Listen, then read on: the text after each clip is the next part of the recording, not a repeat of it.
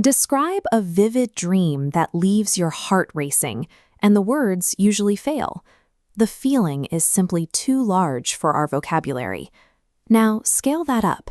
Imagine attempting to document a journey that occurs entirely outside the physical laws of the world.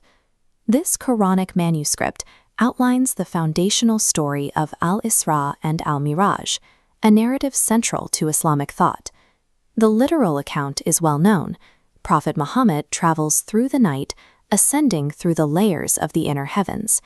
To facilitate this, the text describes a specific mount, the Buraq, a silver-white creature often compared to a horse. This creates a central problem that has occupied scholars for centuries. Heaven has no geographic coordinates. A biological horse cannot carry a passenger to a non-spatial destination. We are seeing the limits of human speech. Sufi dervishes prioritize the internal spiritual path, viewing these narratives through the lens of mysticism. This text on Sufi tradition identifies the method used to read these narratives, tashbih, using similes or allegories.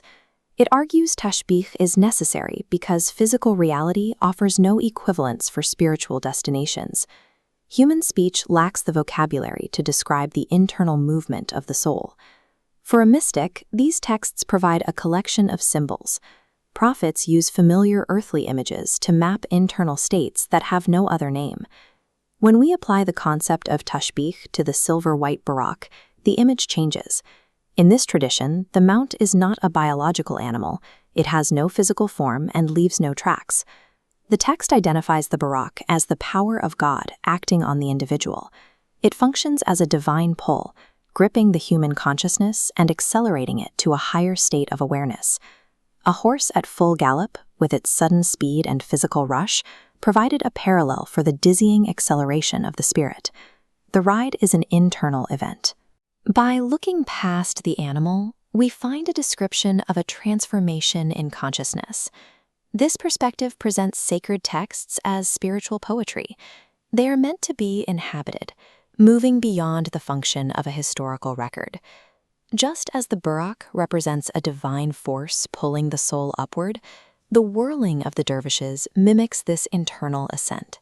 Their physical rotation is an outward reflection of an event contained within the self.